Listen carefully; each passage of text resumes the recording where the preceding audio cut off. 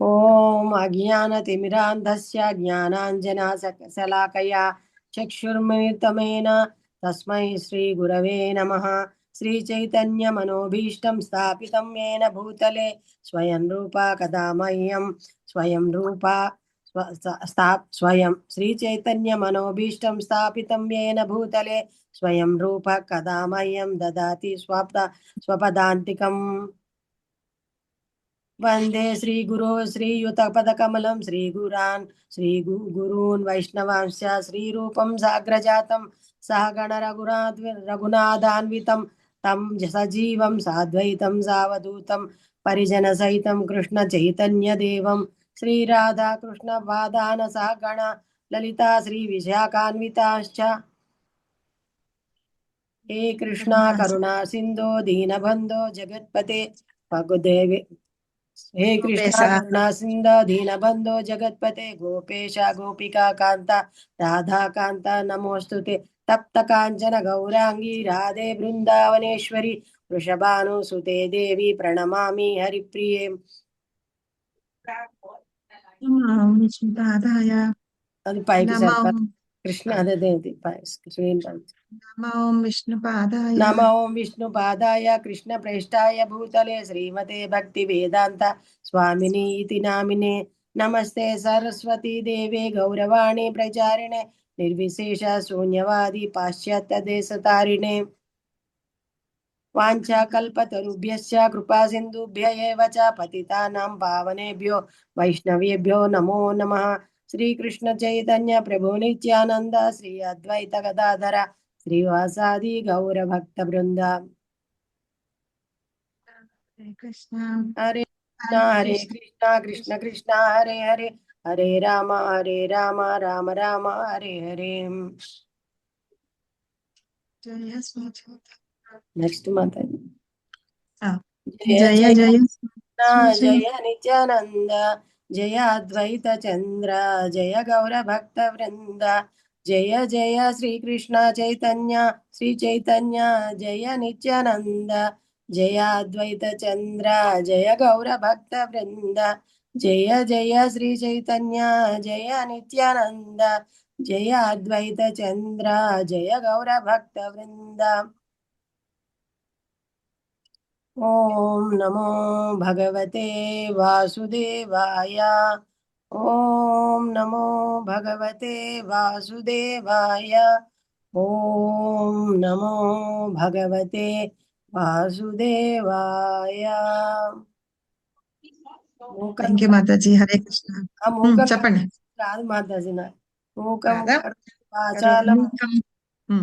పంగుం లంఘా అయితే గిరిం పంగం లంగా అయితే గిరిం సారీ మూకం కరోతి వాచాలం పంగుం లంఘా అయితే గిరిం. నేను మర్చిపోయినా అండి మాతాజీ.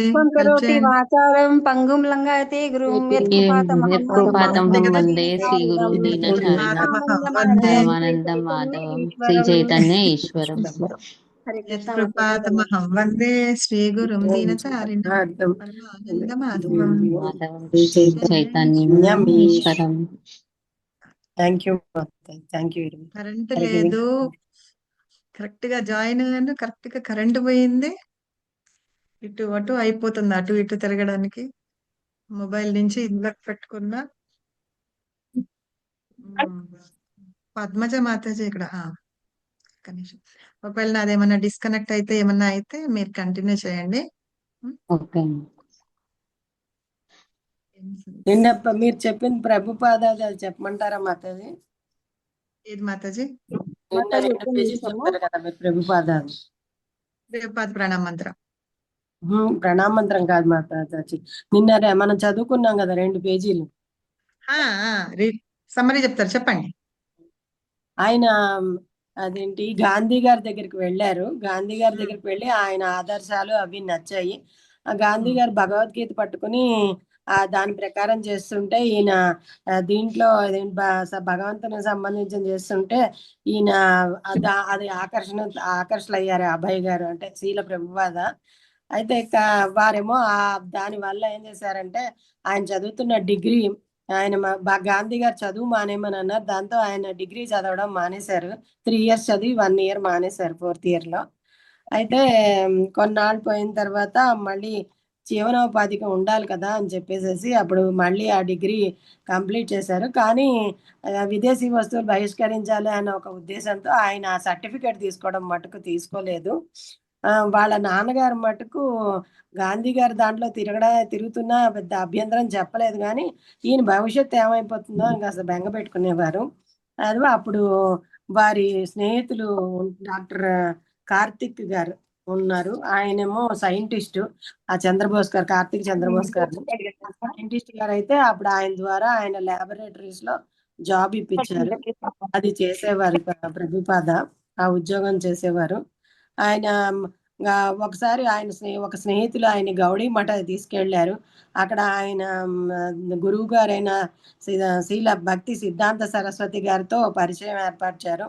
కానీ అప్పటికి గాంధీజీ గారికి సన్యాసుల మీద పెద్దగా నమ్మకం లేదు ఆయనకి. కానీ ఈయన తీసుకువెళ్ళారు. అప్పుడు తీసుకువెళ్ళినప్పుడు పరిచయం అయ్యారు. అప్పుడు అప్పుడు వారు అన్నారు, మీరు చదువుకున్న యువకులు కదా, మీరు ఈ శ్రీకృష్ణ చైతన్యది మీరు ఎందుకు ప్రచారం చేయకూడదు అని అన్నారు. అది విని ప్రభుపాద చాలా ఆశ్చర్యపోయారు.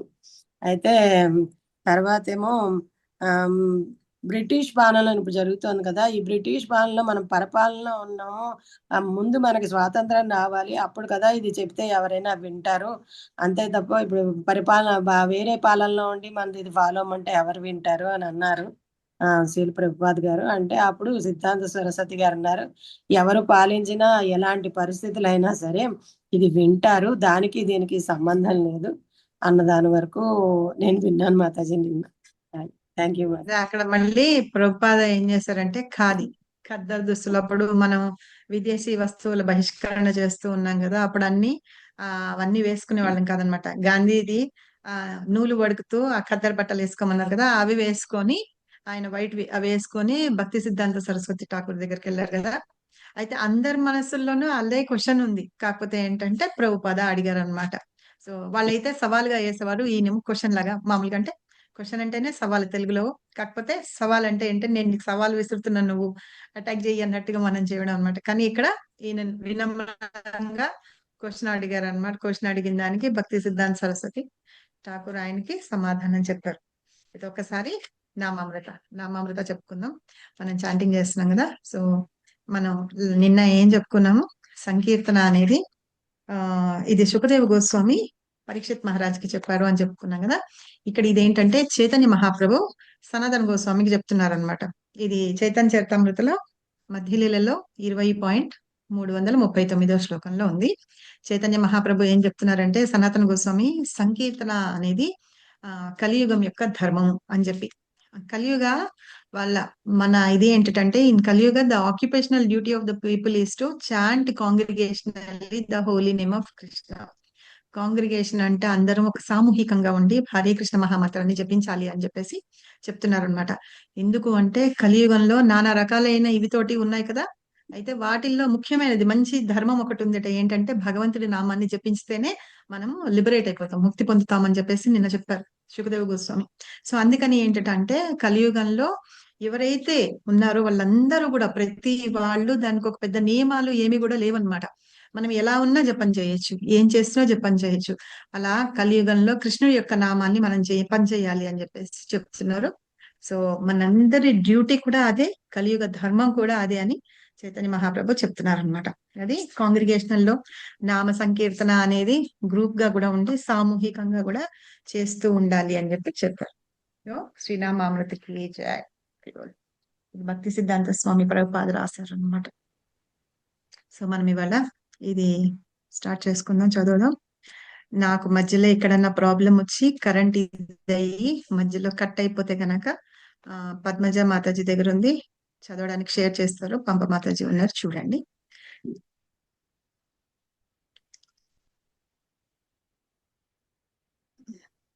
సో ఇక్కడ మనం ఏం చెప్పుకున్నాం, దానికి ఆయన ఇచ్చిన ఆన్సర్ కి ఇంకొకటి ఏంటంటే ముఖ్య విషయము, ఆయన అదేంటి ఆధ్యాత్మిక దాని గురించి కంటే కూడా చైతన్య మహాప్రభు యొక్క మిషన్ గురించి ఆయన సందేశాన్ని గురించి ఈయన చెప్తూ ఉన్నారనమాట. ఎవరు? భక్తి సిద్ధాంత సరస్వతి ఠాకూర్ చెప్తున్నారు. ఆ విషయాన్ని అలా మహాప్రభు యొక్క బోధనలు అక్కడ మనం చెప్పుకున్నాం, టీచింగ్స్ ఆఫ్ లార్డ్ చైతన్య, మనం ఇది అయిపోయాక చదువుకుందామని కదా. సో అక్కడ మహాప్రభు యొక్క బోధనలన్నీ చెప్పడంలోనూ, అంత ప్రావీణ్యంగా చెప్పడంలోనూ విని అభయ్ చాలా ఆశ్చర్యపోయారట. ఎవరు? మన శ్రీల ప్రభుపాద ఆశ్చర్యపోయారు. సో చదవండి. లలిత మాతాజీ, ప్రసన్న మాతాజీ. హరే కృష్ణ ప్రసన్న మాతాజీ మాతాజీ. చదవండి. అభయ్ చదవండి. వాదనలో ఓడిపోయినట్లు భావించాడు. అయినను అది వారికి ఇష్టమే. 2 గంటల పాటు జరిగిన చర్చ అనంతరం అభయ మరియు వారి మిత్రుడు మెట్లు దిగి వీధిలోకి నడుచుకుంటూ వెళ్లారు. స్వాతంత్రోద్యమం తాత్కాలికమైనదని మరియు అసంపూర్ణమైన ప్రయోజనం కలదని శీల భక్తి సిద్ధాంత ఠాకూర్లు వివరణ అభయ్పై చెరగని ముద్ర వేసింది. తనను తాను ఒక యోద్యమకారునిగా కాకుండా శీల భక్తి సిద్ధాంత సరస్వతికి గొప్ప అనుచరుడుగా ఉండాలని భావించాడు. తాను వివాహితుడు కాకపోతే బాగుండేదని కూడా భావించాడు. ఈ మహాపురుషుడు వారిని శ్రీకృష్ణ చైతన్య ప్రచారం చేయమంటున్నారు. వారు వెంటనే అట్లా చేసి ఉండాల్సింది, కానీ వారు తమ కుటుంబాన్ని విడిచిపెట్టడం న్యాయం కాదని భావించాడు. హరే కృష్ణ మాతాజీ. సూపర్. ఇక్కడ మహా ఏంటంటే అభయ్ వాదన అంటే మాట్లాడుతూ ఉన్న దానికి ఆయన మహాప్రభు యొక్క మిషన్ గురించి చెప్తూ ఉంటే ఈయన ఓడిపోయినట్లుగా భావించారట. సరే, తర్వాత వెళ్ళిపోతూ ఉంటే ఆయనకి చాలా నచ్చింది అనమాట. ఎందుకంటే చైతన్య మహాప్రభు యొక్క బోధనలు కదా, ఆయనకి చాలా నచ్చింది. కానీ ఏంటంటే మనము ఇవన్నీ చేయడానికి ఏంటంటే ఒక పెళ్లి కాకుండా ఉండుంటే కనుక, అంటే వాళ్ళకి బాధ్యతలు ఉంటాయి కదా, అలా ఉండేది అని చెప్పేసి అనుకున్నారట. తర్వాత ఆ ఈయన ఎవరు? మహాపురుషుడు అంటే భక్తి సిద్ధాంత సరస్వతి ఠాకూరు. ఆయన చైతన్య మహాప్రభు యొక్క మిషన్ ని ప్రచారం చేయమంటున్నారు అని అలాగ చేసి ఉన్నారు అని చెప్పేసి అనుకుంటున్నారు అనమాట. సో కానీ వాళ్ళు తమ కుటుంబాన్ని వదిలిపెట్టడం మంచిది కాదు అని చెప్పేసి కూడా ఆలోచిస్తున్నారు. తర్వాత లలిత మాతాజీ చదవండి. హరే కృష్ణ మాతాజీ. వారు గొప్ప అద్భుతమైన వ్యక్తి అని అభయ్ తన మిత్రులతో అన్నారు. శ్రీ చైతన్య మహాప్రభు సందేశం ఇప్పుడు ఒక గొప్ప ప్రావీణ్యుని చేతిలో ఉంది. నిజానికి ఆ రాత్రి తాను శ్రీల భక్తి సిద్ధాంత సరస్వతిని ఆధ్యాత్మికంగా ఆచార్యునిగా అంగీకరించానని శ్రీల ప్రభుపాదుల వారు తరువాతి కాలంలో చెప్పేవారు. అధికారికంగా కాకపోవచ్చు, కానీ నా హృదయంలో స్వీకరించానని శ్రీల ప్రభుపాదుల వారు చెప్పేవారు. ఒక మంచి సాధు పురుషుణ్ణి కలుసుకున్నానని భావనలో ఏర్పడింది. భావం నాలో సరే, అయితే ఉండండి. అయితే ఏంటంటే భక్తి సిద్ధాంత సరస్వతి ఠాకూర్ని ఒకసారి చూసేటప్పటికి ఈయనలో చాలా మంచి అభిప్రాయం వచ్చింది. ముందు కూడా మనం నిన్న చదువుకున్న దానిలో చెప్పారు కదా, ఆయన చాలా మంచి అభిప్రాయం వచ్చింది, ఎట్లా ఉన్నారు అని చెప్పేసి అలాగ వచ్చింది. తర్వాత ఈ మహాప్రభు యొక్క సందేశం ఏదైతే ఉందో ఆయన గొప్ప మనిషి చేతిలో ఉంది అని చెప్పేసి ఆయన వాళ్ళ ఫ్రెండ్ తోటి అన్నారట. ఎప్పుడైతే చూసారో అప్పటి నుంచే ఆయన్ని తన స్పిరిచువల్ మాస్టర్ గా యాక్సెప్ట్ చేశారనమాట ఎవరు శ్రీల ప్రభుపాద. అయితే అది ఎవరికి అప్పుడప్పుడు చెప్పలేదు, కానీ తర్వాత అది చెప్పారనమాట. అధికారికంగా మామూలుగా చెప్పకపోవచ్చు, కానీ తర్వాత కాలంలో చెప్పారని చెప్పి. అంటే ఆయన్ని చూసినప్పుడే ఈయన తన గురువుగా యాక్సెప్ట్ చేశారని. సో అప్పుడే అనుకున్నారట, నేను తీసుకుంటాను, గురువుగా అనుకుంటాను అని చెప్పేసి. మళ్ళీ ఇంకొకసారి కూడా కలవాలని కూడా ఆయన అనుకొని ఉన్నారట. సూపర్ గా ఉంది. నెక్స్ట్ ఎవరు చదువుతారు? నేను చదువుతా. పారాగ్రాఫ్ నాకు చిన్నదా? సరే చదవండి. శ్రీల భక్తి సిద్ధాంత సరస్వతి వారితో తన మొదటి సమావేశం తర్వాత అభయ్ గౌడీయ మఠం భక్తులతో మరింత అధికంగా కలుసుకోవా ఆరంభించారు. వారు అతనికి తమ గ్రంథాలను ఇచ్చి తమ ఆధ్యాత్మిక ఆచార్యుని చరిత్రను వినిపించారు. శ్రీల భక్తి సిద్ధాంత సరస్వతి శ్రీ చైతన్య మహాప్రభు నుండి వస్తున్న గురు పరంపరలో గొప్ప వైష్ణవ ఆచార్యులైన శ్రీల భక్తి వినోద ఠాకూర్ గారి పుత్రుడు. వారికి పూర్వము శ్రీ చైతన్య మహాప్రభు అనుచరులమని చెప్పుకుంటున్నట్టి కపట గురువులు మరియు సంప్రదాయాలు మహాప్రభు బోధనలను కలుషితపరిచి అతని పవిత్ర బోధనలను ఎన్నో రకాలుగా ఘోరంగా దారి మరలించాయి. ఫలితంగా గౌడీయ వైష్ణవానికి గల మంచి పేరు దెబ్బతింది. అలాంటి పరిస్థితులలో శ్రీల భక్తి వినోద ఠాకూర్ తన అసంఖ్యాక రచనల ద్వారా ఉన్నత ప్రభుత్వాధికారిగా తనకు గల పలుకుబడితో వైష్ణవత్వానికి తిరిగి అత్యంత గౌరవాన్ని సంపాదించి పెట్టారు. శ్రీ చైతన్య మహాప్రభు బోధనలు ఆస్తికవాదానికి అత్యున్నత ప్రమాణాలని, అవి ఏదో ఒక ప్రత్యేకమైన తెగకో మతానికో జాతికో ఉద్దేశించబడినవి కావని, ప్రపంచ జనులందరికీ ఉద్దేశించబడినవని వారు బోధించారు. శ్రీ చైతన్య మహాప్రభు బోధనలు ప్రపంచమంతటా వ్యాప్తి చెందుతాయని భవిష్యవాణిని చేస్తూ దాని సాఫల్యాన్ని వారు ఎంతగానో కాంక్షించారు. హరే కృష్ణ మాత. హరే కృష్ణ. థ్యాంక్ యూ మాతాజీ. అయితే ఈ భక్తి సిద్ధాంత సరస్వతి గారి ఠాకూర్ యొక్క తండ్రి ఎవరు? ఆయన భక్తి వినోద ఠాకూర్ అన్నమాట. ఈయన చాలా గొప్ప గొప్ప రచనలన్నీ చేసి ఉన్నారు. మనం పాడుకునేవి కూడా. పాచం లక్ష్మీ మాతాజీ ఉన్నారా? భక్తి వినోద ఠాకూర్ రాసిన పాటలు ఏమన్నా కొంచెం ఉంటే మీకు గుర్తుంటే చెప్పండి. సో ఆయన చెప్తూ ఆయన ఏం చేసేవాళ్ళంటే, కొంతమంది ఉండేవాళ్ళు అనమాట, చైతన్య మహాప్రభు అనుచరులమని చెప్పుకుంటూ అక్కడ ఉన్న సాంప్రదాయాల్ని వాటన్నిటిని భ్రష్టు పట్టిస్తూ, అంటే మహాప్రభు చెప్పింది కాకుండా దాన్ని కొంచెం వేరే రకంగా చెప్తూ అట్లా చెప్తూ ఉండేవాళ్ళట. ఆయన పేరు చెప్పుకుంటూ అట్లా చెప్తూ ఆ బోధనలు ఏవైతే ఉన్నారో వాటిని దారి మరల్చారనమాట. అంటే దానికి ఎగెనెస్ట్ గా చెప్పడం మొదలు పెట్టారు. అలా చెప్పేటప్పటికి ఏంటంటే గౌడీయ వైష్ణవ అనే ఈ ఏమైందంటే చాలా దెబ్బతిందనమాట. దెబ్బతినేటప్పటికి భక్తి వినోద ఠాకూర్ ఏం చేశారంటే, ఆయన చాలా రచనలు అవన్నీ చేసి ఉన్నారనమాట. ఆయన ఒక ఉన్నతమైన ప్రభుత్వ అధికార దీనిలో ఉన్నారు. ఆయన ఉండి అంటే ఒక కలెక్టర్ హోదాలోనో దేనిలోనో ఉన్నారు. అయితే ఆయనకి రావడానికి కష్టం అవుతుందని ఆ బ్రిటిషర్స్ ఏం చేశారటంటే, వాళ్ళ ఇంటి దగ్గర నుంచి రైల్వే ట్రాక్ వేశారట ఆఫీస్ దానికి. సో అంత గొప్ప ఈయన అన్నమాట. ఆయన అలాగ చేస్తూ ఉద్యోగం చేస్తూ ఉన్నతమైన అధికార పొజిషన్ లో ఉండి చేస్తూ ఆయన రకరకాల రచనలు అవన్నీ చేశారు. నాకు గుర్తుంటే మనం చదువుకునే హరినామ చింతామణి కూడా భక్తి ఇదేనా మాతాజీ? భక్తి వినోద ఠాకూర్ రాసిందేనా? ఎస్ మాతాజీ, భక్తి వినోద ఠాకూర్ రాసిందే హరినామ చింతామణి మనం చదువుకున్నాం కదా, అది భక్తి వినోద ఠాకూర్ రాసింది అనమాట. అలాగా ఆయన చాలా గొప్ప గొప్ప రచనలన్నీ చేస్తున్నారు. సో అట్లాగా ఏంటంటే మహాప్రభు యొక్క బోధనలు ఏంటంటే భక్తికి సంబంధించినవి అన్నమాట. అది ఒక జాతికి తెగకి అట్లా సంబంధించినవి కాదు. అది ప్రతి వాళ్ళకి, అంటే మానవాళ్ళకి మొత్తానికి సంబంధించింది. అందులో కుల మత భేదాలు అలాంటివన్నీ ఏమీ లేవు అన్నమాట. ఇలాగా మహాప్రభు యొక్క బోధనలు ఏవైతే ఉన్నాయో అవి ఎలాగ మొత్తం అంతా ప్రపంచం అంతా పాకుతుంది అని చెప్పేసి భవిష్యవాణి చెప్తూ ఉంటుంట.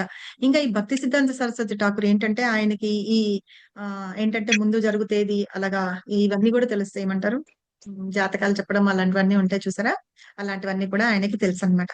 సో ఆయన చాలా కోరుకున్నారు ముందు కూడా అలాగా చేస్తూ ఈ భవిష్యవాణి చెప్తారు కదా ముందు ఇలా జరుగుతుంది అని చెప్పేసి, అట్లాగా ఆయన తెలుసుకొని ఉన్నారు అనమాట. నెక్స్ట్ చదవండి దేవశ్రీ మాతాజీ. హరే కృష్ణ మాతాజీ. శ్రీకృష్ణ భగవానుడే దేవాది దేవుడని మరియు అన్ని ధర్మ కార్యాల కంటేను అతని పవిత్ర నామ సంకీర్తనకి అధిక ప్రాధాన్యమియ్యవలెనని శ్రీల భక్తి సిద్ధాంత సరస్వతి శ్రీ చైతన్య మహాప్రభు బోధనల సారాంశాన్ని బోధిస్తుండేవారు. పూర్వపు యుగాలలో భగవంతుని పొందుటకు ఇతర విధానాల అందుబాటులో ఉన్నప్పటికీ ఈ కలియుగంలో కేవలము హరే కృష్ణ నామ సంకీర్తనే ప్రధానవంతమైనదని బృహన్నరదీయ పురాణము మరియు ఉపనిషత్తులు ఆధారంగా శ్రీల భక్తి వినోద ఠాకూరు, శ్రీల భక్తి సిద్ధాంత సరస్వతులు ప్రత్యేకించి హరే కృష్ణ కృష్ణ కృష్ణ హరే హరే, హరే రామ రామ రామ హరే హరే అనే ఈ మహామంత్ర ప్రాధాన్యతను గురించి గట్టిగా చెప్పారు. హరే కృష్ణ మాతాజీ. కొంచెం పైకి అంటారు.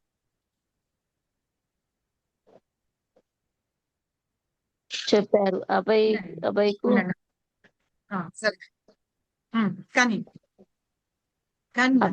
అభయ్కు ఈ శాస్త్ర ప్రమాణాలు కీర్తనలు గీత సారాంశాలన్నీ తెలిసినవే. కానీ గొప్ప గొప్ప వైష్ణవాచారుల రచనలో ఉత్సాహంతో పఠించి తర్వాత శ్రీ చైతన్య మహాప్రభు ఉద్దేశము గురించి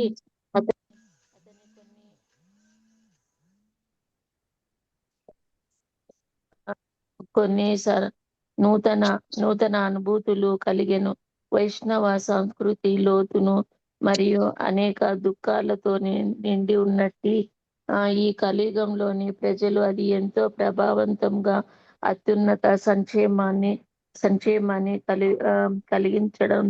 కలిగించగలదో అతడిప్పుడు తెలుసుకోగలిగాడు. హరే కృష్ణ మాతాజీ.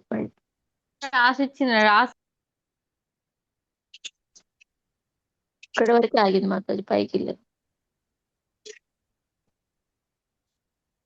ఉండండి మాతాజీ. సో ఇక్కడ ఏంటి చెప్తున్నారంటే మనకి ఈ కృష్ణుడు అంటే మనకి ఆయనే దేవాది దేవుడు అని ఆ విషయాలన్నీ మనకి చెప్పడానికి చెప్తున్నారు అన్నమాట. కాబట్టి భగవంతుడి యొక్క నామానికి మనం ప్రాధాన్యత ఇవ్వాలని భక్తి సిద్ధాంత సరస్వతి ఠాకూర్ చైతన్య మహాప్రభు ఏదైతే బోధించారో ఆ సారాంశాన్ని చెప్తూ ఉన్నారు అనమాట. అలాగా చెప్పుతూ ఈ కలియుగంలో ఇప్పుడు మనం చెప్పుకున్నాం కదా, హరే కృష్ణ నామం ఒక్కటే ఇంపార్టెంట్ అయినది అని చెప్పి, ఆ ప్రభావవంతమైనది. ఇక్కడ మనము బృహద్ నారదీయ పురాణం అన్నమాట. ఇది ఒకటి మన ఇనిషియేషన్ కి క్వశ్చన్స్ అడిగారు ఎక్కడెక్కడ అని. కలిసంకరణ ఉపనిషత్తు ఒకటి, బృహద్ నారదీయ పురాణం అన్నమాట. ఆ పురాణాల్లో ఆ ఉపనిషత్తులో వాటన్నిటిలో కూడా ఏంటంటే హరే కృష్ణ మహామంత్రం గురించి ఉంది. ఆ మహామంత్రం ప్రాధాన్యత గురించి చెప్పారు. ఇది కూడా పాయింట్ నోట్ చేసుకోండి. హరే కృష్ణ మంత్రాన్ని బృహద్ నారదీయ పురాణంలో కూడా చెప్పారనమాట. కలిసంకరణ ఉపనిషత్తులోను ఇందులోను కూడా చెప్పారు. సో ఈ శాస్త్రాలన్నిటికీ అంటే భగవంతుడి నామము ఏదైతే ఉందో ఆ నామము ఎక్కడెక్కడైతే ఉందో ఆ ప్రమాణాలన్నీ కూడా చూసేటప్పటికి ప్రభుపాదకి చాలా గీతా సారాంశం కానీ కీర్తనలు ఏవైతే ఈ మన భక్తి సిద్ధాంత సరస్వతి భక్తి వినోద ఠాకూర్ రాసి ఉన్నారో అవన్నీ చూసేటప్పటికి ఇంకా ఉత్సాహం పెరిగిందనమాట. అలాగే ఇంకా వైష్ణవ ఆచార్యులు రాస్తున్నారు కదా, వాటన్నిటినీ కూడా ఈయన చదివారట. ఎవరు? శ్రీల ప్రభుపాద చదివారనమాట. చదివి మహాప్రభు యొక్క ఉద్యమం యొక్క ముఖ్య ఉద్దేశం ఏంటి అని ఆయన కొన్ని అనుభూతి అంటే మనం చదివిన తర్వాత ఏదన్నా విన్న తర్వాత మనం అనుభూతి పొందుతాం చూసారు. అలాగా ఇప్పుడు మనం ప్రభుపాద బుక్ చదువుతున్నాము, ఆయన ఎలా వచ్చారు? రాతోరాత్మే అవ్వరు అని చెప్తాను చూసారా. దీని వెనకాల ఆయన చిన్నప్పటి నుంచి ఆయనకి ఆ ఉత్సాహం ఉండి ప్రోత్సాహం ఉండి అవి చదవాలి అని అవన్నీ నేర్చుకొని చదువుకొని ఇలాగా ఈ వైష్ణవ సంస్కృతి ఏంటి అని చెప్పేసి లోతుగా ఆయన ఆలోచించి వాటన్నిటినీ తెలుసుకొని ఈ కలియుగంలో జనాలు ఎంత దుఃఖంలో పడుతున్నారు, దాని ప్రభావం పోవాలంటే భగవంతుని నామం ఒక్కటే చెప్పడం తప్ప ఇంకా వేరేది లేదు అని వాళ్ళందరి సంక్షేమం కోసం ఈ హరినామం ఉంది అని చెప్పేసి అప్పుడు ఆయన తెలుసుకున్నారట. ఎవరు తెలుసుకున్నారు? శ్రీల ప్రభుపాద తెలుసుకున్నారు అనమాట. తర్వాత రేణుక మాతాజీ చదవండి. వ్యాపార కారణాల చేత వ్యాపార కారణాల చేత అభయ్ తన భార్య మరియు కుటుంబంతో కలిసి అలహాబాదుకు తరలి వెళ్లారు. అక్కడే 1932లో వారు దీక్షను స్వీకరించి శ్రీల భక్తి సిద్ధాంత సరస్వతికి శిష్యుడయ్యాడు. భారతదేశంలో గడిపిన తదుపరి 30 సంవత్సరాల జీవిత కాలమంతటిని తన ఆధ్యాత్మిక ఆచార్యుల ఆదేశానుసారం కృష్ణ చైతన్యాన్ని ప్రపంచమంతటా ఎలా ప్రచారం చేయాలని ఆలోచనలతోనే గడిపారు. ఆ కళ ఇది చదవాలి. గాలి గాలి అభయ్కి మాతాజీ మ్యూట్ లో ఉన్నట్టు వినపడలేదు. హరే కృష్ణ మాతాజీ వినిపిలేదా? ఎవరో అన్మ్యూట్ లో ఉన్నారు. రేణుక మాతాజీ నేనే మాతాజీ. ఎవరో అన్మ్యూట్ లో ఉండడం వల్ల అది వినిపిలే మాతాజీ, వాళ్ళు ఎవరో మాట్లాడుతా ఉన్నారు. వ్యాపార కారణాల చేత అభయ్ తన భార్య మరియు కుటుంబంతో కలిసి అలహాబాద్కు తరలి వెళ్లారు. అక్కడే 1932లో వారు దీక్షను స్వీకరించి శ్రీల భక్తి సిద్ధాంత సరస్వతికి శిష్యుడయ్యాడు. భారతదేశంలో గడిపిన తదుపరి 30 సంవత్సరాల జీవితకాలమంతటిని తన ఆధ్యాత్మిక ఆచార్యుల ఆదేశానుసారం కృష్ణ చైతన్యాన్ని ప్రపంచమంతటా ఎలా ప్రచారం చేయాలనే ఆలోచనలతోనే గడిపారు. చదవాలి ఇది కూడా మాతాజీ. చదవండి. అభయ్కు తనకున్నట్టి సంసార బాధ్యతలు తన ప్రచారానికి సహకరించినట్లుగా లేవనిపించింది. వారి భార్య ఇంటి వరకు మాత్రమే పరాయునురాలు. కాని ఆమె కృష్ణ చైతన్యం కొరకు పాటుబడుటకు ఇష్టపడేది కాదు. అభయ్ తన ఇంట్లో సమావేశాలను ఏర్పరచుకుని భగవద్గీతపై ప్రసంగిస్తున్నప్పుడు ఆవిడ మేడపై కూర్చుని టీ సేవించుటను ఇష్టపడేది. ఆవిడ ఎంత మొండిపట్టు పట్టినా అభయ్ ఎంతో ధైర్యంగా ఉంటూ ఆవిడను కూడా తమతో కలుపుకు పోవుటకు ప్రయత్నించేవారు. హరే కృష్ణ.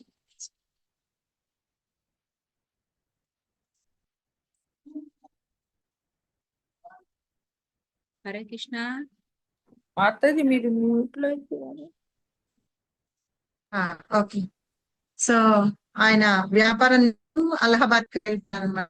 తర్వాత 1932లో ఆయన భక్తి సిద్ధాంత సరస్వతి దగ్గర ఆయన దీక్ష తీసుకొని శిష్యుడైనారు.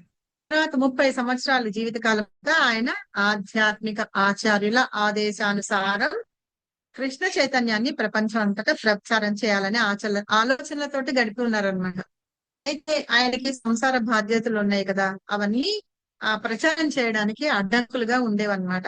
అయితే వాళ్ళ ఆవిడ ఏంటంటే ధర్మపరాలే, కానీ ఆవిడ చైతన్యం కోసం, అంటే మనం ఏదైనా ఒక పని చేస్తుంటే దానికి హెల్ప్ఫుల్ గా ఉండాలి కదా కొంచెం, అట్లాగా హెల్ప్ చేసేది కాదనమాట. ఎందుకు కృష్ణ చైతన్యాన్ని ప్రచారం చేయడానికి ఈయన హెల్ప్ చేసేది కాదనమాట.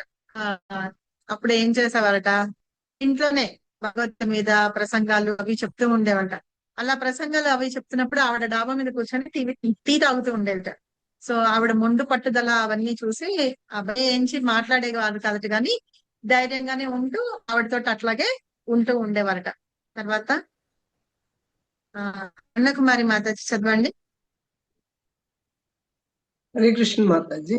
ఆయన అభయ్ కుటుంబ బాధ్యతలు ప్రచార కార్యక్రమాలు ఒకదానితో ఒకటి పసుకనట్లుగా కనిపించింది. ఆయన భార్య ఇంట్లో ధార్మికురాలే అయినా కృష్ణ భక్తి ప్రచారానికి పనిచేయడం అనే ఆలోచనను మెచ్చలేదు.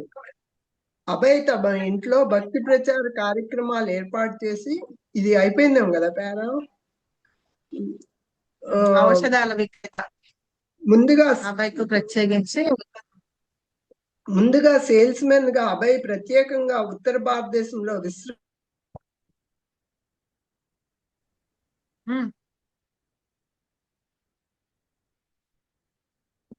మాతాజీ ముందుగా కాదు, మందుల.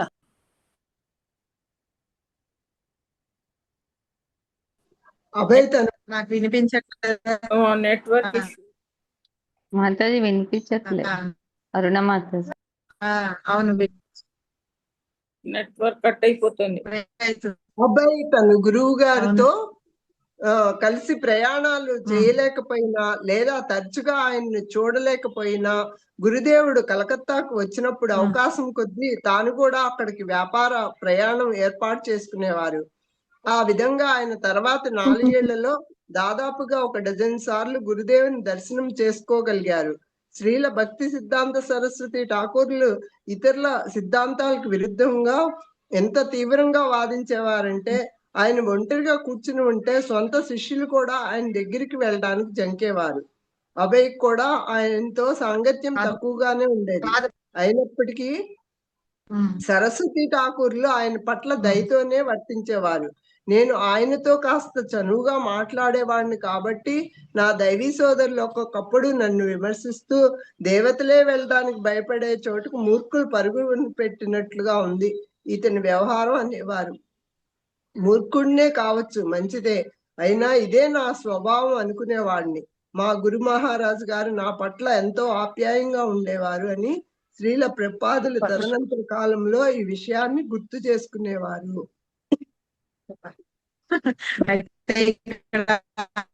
సేల్స్ మెన్ గా పనిచేస్తూ అలా ఎన్నో సార్లు తిరుగుతూ ఉండేవాళ్ళట. అలా తిరుగుతున్నప్పుడు ఏంటి చేసేవారట అంటే, వాళ్ళ గురు మహారాజ్ ఉన్నారు కదా, ఆ గురు మహారాజ్ ని కలవడానికి వెళ్తూ ఉండేవారట. అప్పుడప్పుడు అనుకునేవాడు ప్రభుపాద, నేను గొప్ప ధనవంతుడైతే గనక మన భక్తి సిద్ధాంత సరస్వతి ఠాకూర్ యొక్క ఉద్యమ ప్రచారంలో ఉపయోగించేవండి నదులు అని చెప్పేసి ఆయన అనుకుంటూ ఉండేవాడు. అయితే ఎక్కువగా ఆయన కలవడానికి వాటికి వెళ్తూ ఉండేవాట. మొత్తానికి అయితే 12 సార్లు ఆయన కలుసుకోగలిగారని. అయితే భక్తి సిద్ధాంత సరస్వతి ఠాకూర్ ఏంటంటే ఆ తత్వవాదులు అంటారు చూసారా, అంటే మాయావాదుల్లాగా ఉంటారు వాళ్ళని ఓడించడానికి వాదిస్తూ ఉండేవారు. అలా వాదించకుండా వాళ్ళు ఎదురకుండా లేనప్పుడు కూడా ఆయన ఒక్కళ్ళే కూర్చొని ఆయన వాటి గురించి మాట్లాడుతూ ఉండేవాళ్ళట. అలా మాట్లాడుతున్నప్పుడు వీళ్ళందరూ భయవాళ్ళట ఆయన దగ్గరికి వెళ్ళడానికి. కానీ అబ్బాయి మాత్రం దగ్గరికి వెళ్ళిపోయేవాట, వెళ్తూ ఉండేవాట. అయితే మిగతా వాళ్ళందరూ అనుకునేవాళ్ళట, ఈ ఎవరన్నా అలాగ ఉండే చోటుకి వెళ్తారా, నువ్వు మూర్ఖుడివి, ఎలా పరిగెళ్తున్నాడు అని సామెతలాగా చెప్తూ ఉండేవాళ్ళట. అయితే సరే, నా గురువుకి నా మీద చాలా ఆప్యాయత ఉంది, నాకు చూపిస్తూ వాత్సల్యాన్ని అనేసి ఈయన భావించేవారు. ఎవరు? మన ప్రభుపాద భావిస్తూ ఉండేవాడు. తర్వాత చదవండి, ఎవరు? కుమారి మాతాజీ చదవండి. హరే కృష్ణ మాతాజీ. హరే కృష్ణ చదవండి. భూమికి జీవితకాల ప్రయత్నం భక్తి సిద్ధాంతుల వారు 1935 అక్కడ నుంచి 1935లో ముంబాయిలో శ్రీల భక్తి సిద్ధాంత సరస్వతి ఠాకూర్ల వారి 62వ ఆవిర్భావన దినోత్సవంలో తమ గురుభాయిల సమావేశంలో అభయ్ ఒక కవితను మరియు ఒక వ్యాసాన్ని సమర్పించాడు. వాటిని అందరూ ఎంతగానో ప్రశంసించారు. తర్వాత గౌడీయ మఠం పత్రిక అయిన ది హార్మోనిస్ట్ లో కూడా వాటిని ప్రచురించారు. అభయ భాయిలలో ఒకరు అభయ్ని విద్వాంసుడైన ఒక కవి అని వర్ణించారు. అయితే ఆ కవితను శ్రీల భక్తి సిద్ధాంత సరస్వతి చదివి తన హర్షాన్ని వ్యక్తం చేసినప్పుడు మాత్రమే మొట్టమొదటిసారిగా అభయ రచనకు నిజమైన గొప్పతనం ఏర్పడింది. ప్రత్యేకించి ఆ కవితలో 2 వ్యాఖ్యలు శ్రీల భక్తి సిద్ధాంత సరస్వతిని ఎంతగానో ఆనందింప చేశాయంటే వారు ఆ వ్యాఖ్యలను తన అతిథులందరికీ చూపించి ఆ 2 వాక్యాలు ఏంటో? 19 చేతనమని నిరూపించారు. పరతత్వము చేతనం నిర్విశేషవాదం అనే సంకటాన్ని పారద్రోలావు అని. అయితే 1935 లో చెప్పారట. ఈయన ముంబైలో ఒకసారి ఇదైనప్పుడు అక్కడ వీళ్ళందరూ గురుభాయిలందరూ ఒక సమావేశం అయినప్పుడు అభయ ఒక వ్యాసాన్ని కవితని రాశారట. అది రాసి అది ఇస్తేట వాళ్ళందరూ అభయ్ని ఒక కవిత్వం అని చెప్తున్నారు, కవి అని చెప్పి అందరూ ప్రశంసించారట. ఇప్పుడు ఫస్ట్ టైం అందరూ హర్ష అంటే సంతోషాన్ని వ్యక్తం చేసి కంగ్రాచులేట్ అన్నమాట. అలా కంగ్రాచులేట్ చేసేటప్పటికి అభయ్కి తన రచనల్లో ఇంత గొప్పతనం ఉంది అని చెప్పేసి ఆయన కూడా చాలా ఇదనిపించట. అయితే గురువులు కూడా అందులో 2 వాక్యాలు ఉన్నాయి. ఆ 2 వాక్యాలు ఏంటంటే పరతత్వము చేతనమని నిరూపించవని, నిర్విశేషవాదనం అనే సంకటాన్ని పారద్రోలేవని. ఫస్ట్ దానికి అర్థం ఏంటి చెప్పండి ఎవరన్నా? పరతత్వం అంటే ఏంటి? అబ్సల్యూట్ భగవంతుడు అన్నమాట. భగవంతుడికి చేతనం ఉందని నిరూపించేవాడు. తర్వాత నిర్విశేషవాదం మాయావాదం అన్నమాట. మాయావాదం అనే దాన్ని పారద్రోలేవు అంటే తొలగించేసేటట్టుగా చేసి చెప్పి మనకి చైతన్య మహాప్రభు అక్కడికి వెళ్ళినప్పుడు వాళ్ళందరికీ చెప్పారు. గుర్తుందా? చైతన్య చరితామృతలో మనము చదువుకుంటాం, మధ్య లీలలో ఆది లీలలో వస్తుంది. బనారస్ వెళ్తారు, వెళ్ళినప్పుడు అక్కడ వాళ్ళందరూ ఉంటారు కదా, మధ్య లీలలో కదా. వెళ్ళినప్పుడు అక్కడ వాళ్ళందరినీ కూర్చొని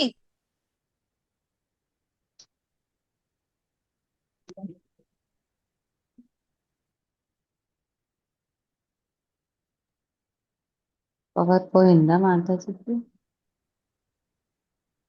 నేను షేర్ చేయాలా? వచ్చాను మళ్ళీ కరెంట్ వచ్చింది. వచ్చాను ఒక నిమిషం. అయితే అప్పుడు చెప్తారు కదా అక్కడ అందరినీ కూడా ఏంటి భగవంతుడు ఎవరు అని నిరాకారంగా ఉండరు, భగవంతుడు ఆకారంగా ఉంటారు.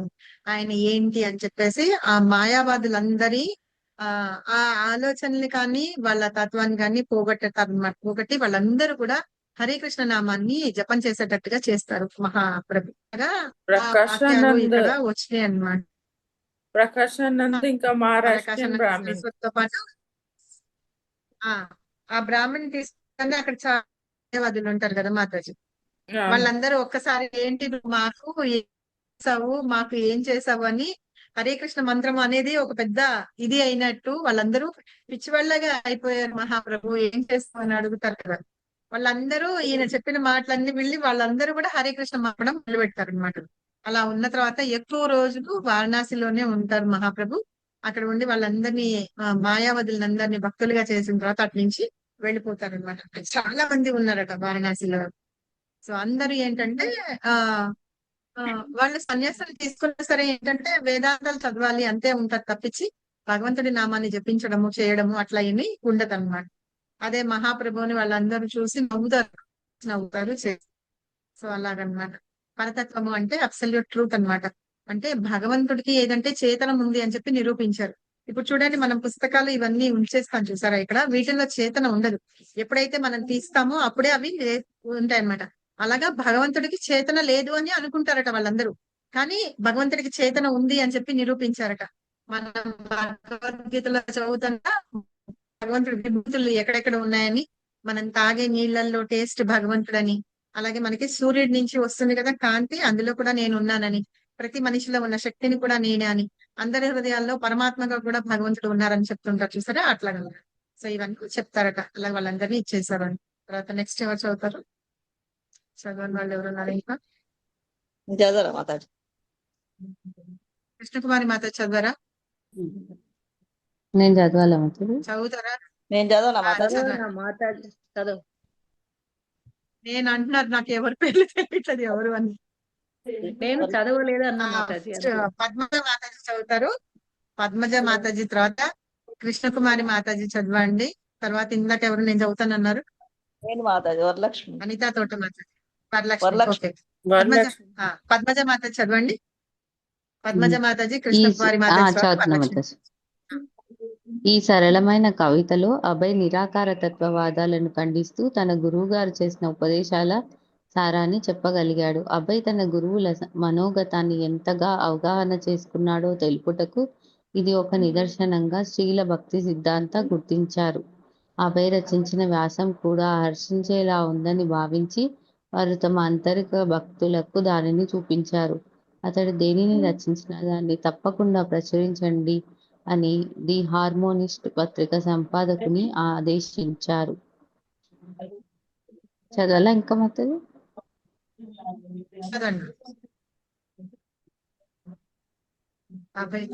అభయ్ తన ఆధ్యాత్మిక ఆచార్యునితో కలిగిన సమావేశాలలో అత్యంత ప్రధానమైన సమావేశం 1935 వృందావన్లో జరిగింది. అభయ్ అప్పుడు ఒక ప్రారంభిక భక్తుడు కాడు. అతడు ఒక ప్రామాణిక శిష్యుడు. అతడు గృహస్థాశ్రమంలో ఉంటూ కూడా తన సాయశక్తిలో పనిచేస్తుండే. రాధాకుండం అను పవిత్రమైన కొలను ప్రక్కగా అభయ్ మరియు ఇతర చాలా శిష్యులతో కలిసి నడుస్తున్నప్పుడు వారు కొద్దిసేపు అభయ్తో వ్యక్తిగతంగా చర్చిస్తూ తమ ప్రముఖ శిష్యులు కొందరు పరస్పరం ఘర్షణకు పడుతున్నారని, అది తనకు విచారాన్ని కలిగిస్తుందని అన్నారు. కలకత్తాలోని గౌడీయ మఠం ప్రధాన కార్యాలయంలోని గదులు, సదుపాయాలు, ఎవరు వీటిని ఉపయోగించుకోవాలనే విషయంపై వారు కలహించుకుంటున్నారు. ఇప్పటి నుండే వారు కలహించుకుంటున్నారంటే ఆధ్యాత్మిక ఆచార్యుడు ఈ లోకాన్ని విడిచిన పిమ్మట వారికి ఏం చేస్తారు? అభయ్కు ఈ విషయాలతో ఎట్టి సంబంధం లేదు.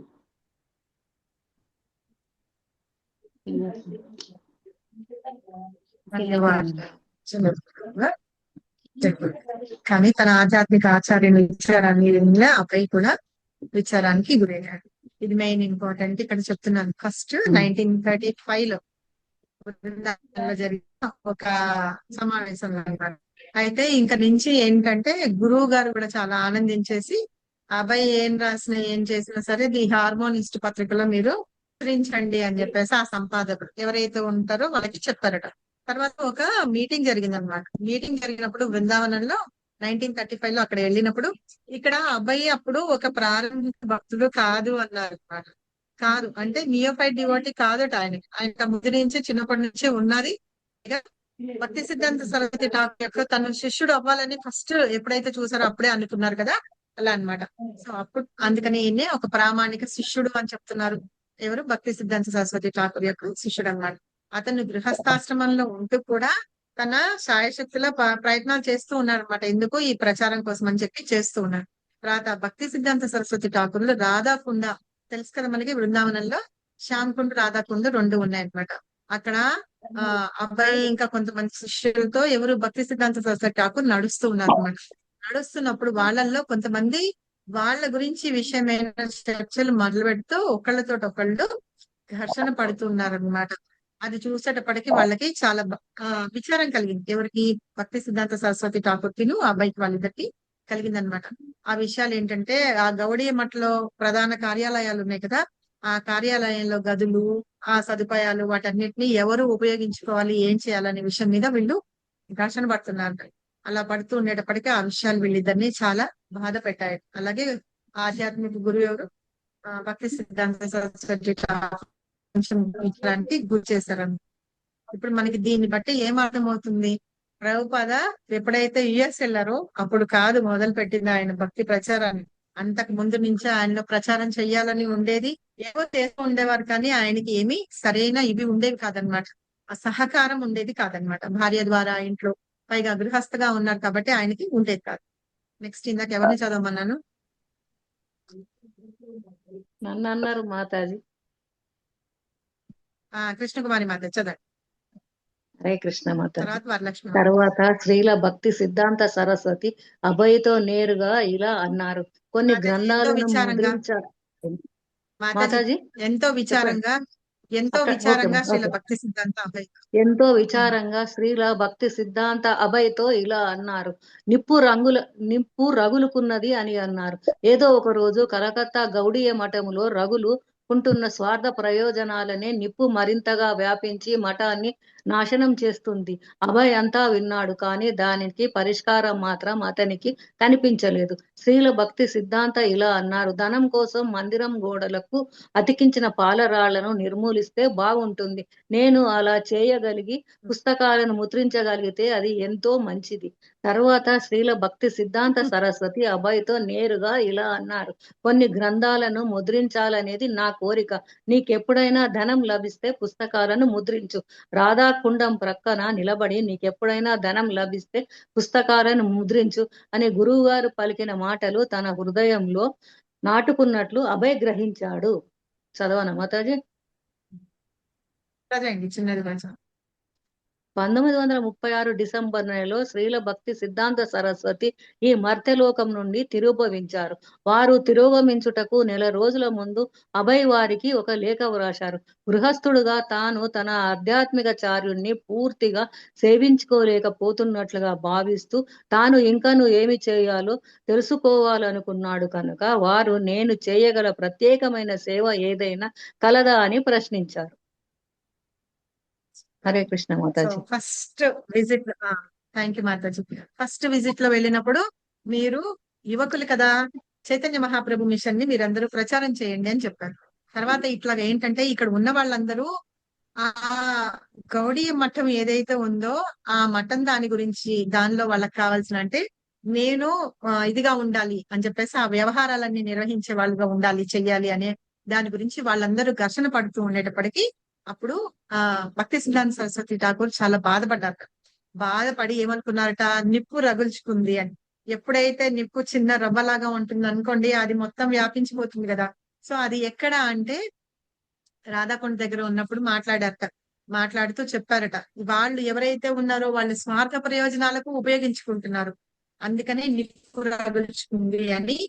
ఆ నిప్పు ఏం చేస్తుంది, ఈ గౌడీయ మఠాన్ని మొత్తాన్ని నాశనం చేసేస్తుంది అని చెప్పేసి ఆయన బాధపడ్డారట. అంటే విచారించారు అని. అంతా విన్న తర్వాత దీనికి మార్గం ఏంటి, అలా నిప్పు రగుల్చుకోకుండా ఉండి దాన్ని నాశనం చేయకుండా ఉండడానికి ఏంటి అని మార్గం చూస్తాము అంటే ఏం పరిష్కారం దొరకలేదన్నమాట. ఇప్పుడు భక్తి సిద్ధాంత స్వామి అన్నారట, ధనం కోసం మందిరం గోడలకి అతికించిన పాలరాళ్ళు ఏవేవైతే ఉన్నాయో అవి తీసేయాలని. అంటే పాలరాతులు ఏవైతే ఉన్నాయో అవి చాలా కాస్ట్లీగా ఉంటాయట. సో అలా చేయగలిగితే ఆ పుస్తకాలన్నీ ముద్రించగలిగితే చాలా మంచిది. అవి నిర్మూలించేయాలి అని నేను అలా చేయగలిగి వాటన్నిటిని తీసేసి అలా లేకుండా చేసి పుస్తకాన్ని ముద్రించాలి, అలా ఉంటే బాగుంటుంది అని చెప్పి. సో అలాగా అంటూ కూడా ఏమని చెప్పారట, రాధాకుండ దగ్గర నడుస్తున్నప్పుడు భక్తి సిద్ధాంత సరస్వతి ఠాకూర్ చెప్పారట శ్రీల ప్రభుపాదతో, నీ దగ్గర ఎప్పుడైనా సరే ధనం ఉందనుకో నువ్వు పుస్తకాలని ముద్రించు అని. అందుకనే పుస్తకాలని ముద్రించి దాన్ని తీసుకొని ఇచ్చారు. వాళ్ళ నాన్న దగ్గర అన్ని నేర్చుకున్నారు కానీ ఆ పుస్తకాల ముద్రణ అనే విషయాన్ని నేను మా నాన్న దగ్గర నేర్చుకోదు అని చెప్పారు చూసారా. అదనమాట వాళ్ళ గురువు పలికిన మాటలు ఏవైతే ఉన్నాయో అభయ హృదయంలో చాలా లోతుగా పాతుకుపోయి ఉన్నాయన్నమాట. తర్వాత 1936 లో ఆయన భక్తి సిద్ధాంత సరస్వతి ఠాకూర్ ఆయన తిరోగమించారు. ఆయన వెళ్ళిపోయిన తర్వాత వెళ్ళక ముందు ఒక నెల రోజులకు ముందు రాశారట శ్రీల ప్రభుపాద, నేను గృహస్థుగా ఉంటున్నాను కాబట్టి మేము ఆచార్యుల్ని సేవించుకోలేకపోతున్నాను, నేను ఇంకేమన్నా చేయగల ప్రత్యేకమైన సేవ ఏమైనా ఉందా అని చెప్పి అని లెటర్ రాశారట. ఆ లెటర్ కి సమాధానం అందిందట అభయ్కి. ఏమని రాశారు ఎవరు చెప్పారు? వరలక్ష్మి చదవండి. 2 వారాల అనంతరం హరే కృష్ణ మాతాజీ. హరే కృష్ణ. ఇక్కడి నుంచి 2 వారాల అనంతరం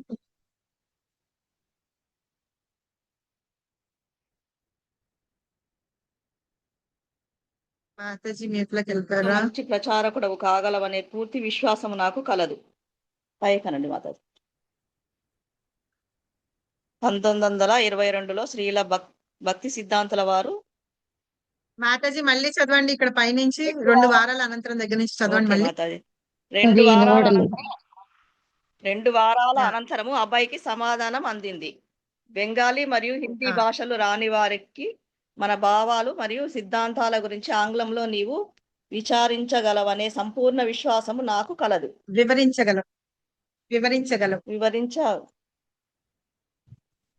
గలవనే సంపూర్ణ విశ్వాసం నాకు కలదు. నీకు మరియు శ్రోతలకు కూడా ఎంతో మేలు కలిగించును. నీవు ఆంగ్ల భాషలో మంచి ప్రచారకుడవు కాగలవనే పూర్తి విశ్వాసము నాకు కలదు. 1922లో శ్రీల భక్తి సిద్ధాంతుల వారు తమ తొలి సమావేశంలో తనకిచ్చిన ఆదేశము ఇదేనని వెంటనే అభయ్ గ్రహించాడు. ఇప్పుడు అతనికి తన జీవిత లక్ష్య విషయంలో ఎట్టి సందేహము లేదు. శ్రీల భక్తి సిద్ధాంత చెప్పినట్లుగానే మఠంలో నిప్పు రగులుతుంది. మఠాలలో నాయకత్వ వారసత్వ విషయంలో గరిష్ట శిష్యులు మరియు ఘర్షణ పడ్డారు. క్రమేపీ ఆ ఘర్షణ పెరిగి చట్టబద్ధంగా మఠాధిపత్యము ఎవరిదనేంత వరకు వెళ్ళింది. గృహస్థ వ్యాపారవేత్తగా అభయ్ మఠం కార్యకలాపాలలో అతి తక్కువగా పాల్గొనుట ఈ సందర్భంలో అతనికి ఉపకారమే చేసింది. ఈ ఘర్షణలకు వారు దూరముగా ఉండిపోయారు. కానీ తన శిష్యులు పరస్పర సహకారంతో పనిచేయాలనే తమ గురువు గారి ఆదేశాన్ని వారు నిర్లక్ష్యపరచుటకు మరియు వారి సమైక్య మందిరాల సంస్థ మరియు ముద్రణాలయాలు పతనం చెందుటకు చూచి అభయ్ ఎంతగానో ఆవేదన చెందాడు. Okay, thank you Mataji. So ఇక్కడ ఏంటి ఆయన రాసిన లెటర్, థ్యాంక్ యూ మాతాజీ. ఆయన రాసిన లెటర్ వచ్చిందనమాట, రిప్లై వచ్చింది. అందులో ఏముంది, నువ్వు ఎవరికైతే భాష రాదు చూసారా, ఇంగ్లీష్ లో నువ్వు ఆ సిద్ధాంతాలు ఏవైతే ఉన్నాయో అవి నువ్వు వాళ్ళందరికీ వివరించి చెప్పు అని చెప్పి రాశారనమాట. అయితే అప్పుడు ఆయన అనుకున్నాడు అనమాట, ఇంగ్లీష్ లో మీకు వచ్చు కదా, మీరు ప్రచారం ఎందుకు చేయకూడదు అని చెప్పేసి ఫస్ట్ లో 1922లో వెళ్ళినప్పుడు అన్నారు కదా, ఫస్ట్ మీటింగ్ అప్పుడు అన్నారు కదా భక్తి సిద్ధాంత సరస్వతి, ఓహో ఇదే అనమాట నాకు ఇచ్చిన ఏంటి ఇన్స్ట్రక్షన్, నువ్వు అది చెయ్యి అని చెప్పారు కదా, నువ్వు ప్రచారం చెయ్యి అన్నారు కదా, అదే అన్నమాట, ఇదే నా జీవిత లక్ష్యం. ఇప్పుడు నాకు ఇంకా ఎలాంటి సందేహం లేదు, నేను ఏం చేయాలి నాకు అర్థమైంది, నా గురువులు చెప్పారు అని చెప్పేసి అనుకున్నారు. తర్వాత కొన్ని రోజుల తర్వాత ఏమైందంటే ఆ గౌడీ మాట ఏదైతే ఉందో అందులో నేను మెయిన్ అని వాళ్ళందరూ నాయకత్వం కోసం కొట్టుకుంటూ ఉన్నారట. ఆ కొట్టుకొని చివరికి అది ఎలా అయిందంటే వాళ్ళందరిది అనిపోయి ఒక చట్టబద్ధమైన దీనికోసం, అంటే ఒక పోలీస్ కేసులు అట్లా అవుతాయి చూసారా, అట్లా అయిందనమాట. కానీ అభయ్ ఏంటంటే ఆయన గృహస్థిగా ఉన్నారు. ఆయన గృహస్థ పనులన్నీ చేసుకుంటూ చూసినప్పటికీ ఆ గౌడీ మఠం కార్యకలాపాల్లో ఆయన కలిగించుకోలేకపోయినారనమాట. అది ఈయనకి మంచిదే. కృష్ణ ఎప్పుడైనా చేస్తే మనకి మంచి చేస్తారంటారు చూసారా, అలా జరిగింది కాబట్టి ఈ గొడవ తగాదాలు వాటన్నిటికీ ప్రభుపద దూరంగా ఉన్నారనమాట. సో తర్వాత ఆయన ఏం చేశారంటే ఆ అక్కడ వాళ్ళు దాని మూలంగా ఏంటంటే పని చెయ్యాలి అని చెప్పారు కదా, వాటన్నిటిని నిర్లక్ష్య పరిచేశారనమాట. అంటే ఎవరు సవ్యంగా చేసే వాళ్ళు కాదనమాట. అక్కడ నిప్పు రగుల్చుకోవటంలో రెండు రెండు పార్టీలు అయిపోతాయి కదా, ఒకళ్ళు అటువైపు ఒకళ్ళు ఇటువైపు. అప్పుడు ఎవరు ఈ ముద్రణ అంటే ప్రింటింగ్ ప్రెస్ కానీ ఏవైతే ఉన్నాయో అవన్నీ సరిగా చూడక ఆ మందిరాలను వాటిని కూడా సవ్యంగా చూసుకోక చేయక ఉన్నారనమాట. మీకు గుర్తుంటే నేను మొన్న నా వాళ్ళ చూస్తే కదా నిన్న భాగవతం క్లాస్ లో చెప్పాను చూసారా, ఒకటి శిల ప్రభుపాద అనేవారు ఒక ఎగ్జాంపుల్ చెప్పారు. ఇప్పుడు నేను టెంపుల్లో డైటీస్ ని పెట్టాను, తర్వాత నేను మీకు సేవ ఇచ్చాను. రోజు దేవుళ్ళకి మంచిగా ఇవి చెయ్యండి, సేవ చేయండి అని చెప్పి. మీరు ఒకవేళ అవి ఇవ్వలేదనుకోండి, మీకు బద్ధకంతో వాటితోటి చేయలేక వాళ్ళు చేస్తారు వీళ్ళు చేస్తారు అని అనుకుంటుంటే అవి చివరికి ఎట్లా అయిపోతాయి, సామాన్లు పెట్టుకున్న గోడౌన్స్ లాగా అయిపోతాయి. అక్కడ పెట్టిన విగ్రహాలు ఇవో బొమ్మల్లాగా ఉంటాయి కానీ దేవుడి విగ్రహాల్లాగా ఉండవు అని చెప్పేసి ప్రభుపాద చెప్పారని చెప్పాను చూసారా, ఇది అన్నమాట. వాళ్ళు అలా నిర్లక్ష్యం చేయడం మూలంగా ఆ మందిరాలు ఆ సంస్థ అవన్నీ కూడా పతనం చెందిపోతాం, అంటే పాడుపడిపోయినట్టుగా అయిపోతాయి అన్నమాట. అవన్నీ చూసేప్పటికీ అబ్బాయికి ప్రభుపాదకి చాలా బాధ అనిపించింది అన్నమాట. సో విజయ మాతాజీ చదవండి.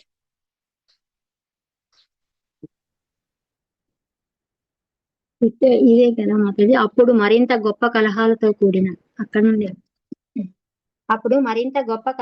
కూడిన రెండవ ప్రపంచ యుద్ధం మొదలైంది. ఆంగ్లేయులు తమ నిరాకరణ విధానం అనే వ్యూహంతో ఆహార పదార్థాలు శత్రువుల చేతులకు చిక్కుతాయేమోనన్న భయంతో ఆహార పదార్థాలను మోసుకువస్తున్న భారతీయ నౌకలను వారు సముద్రంలో ముంచివేశారు. అంతేకాకుండా తూర్పు భారతదేశంలోని వరి పంటలను కూడా నాశనం చేశారు. దానితో భారతీయులు ఆహారం లేక అలమటించారు. వాణిజ్యానికి అవసరమైన నావలను వారు కోల్పోయారు. తత్ఫలితంగా బెంగాల్లో అంతకు ముందు 150 సంవత్సరాలలో ఎన్నడూ లేనంతగా తీవ్రమైన కరువు పరిస్థితి ఏర్పడింది. చదవమంటారా మాతాజీ? తర్వాత చదవండి మాతాజీ. అభయ్ ఏదో విధంగా తన కుటుంబానికి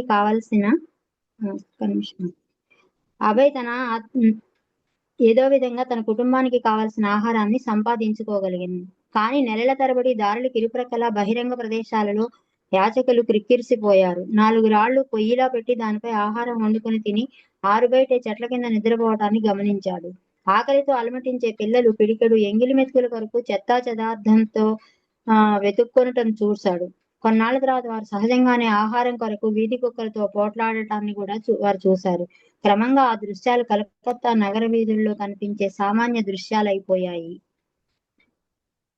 అభయ్ తన ఆధ్యాత్మిక గురువు నుండి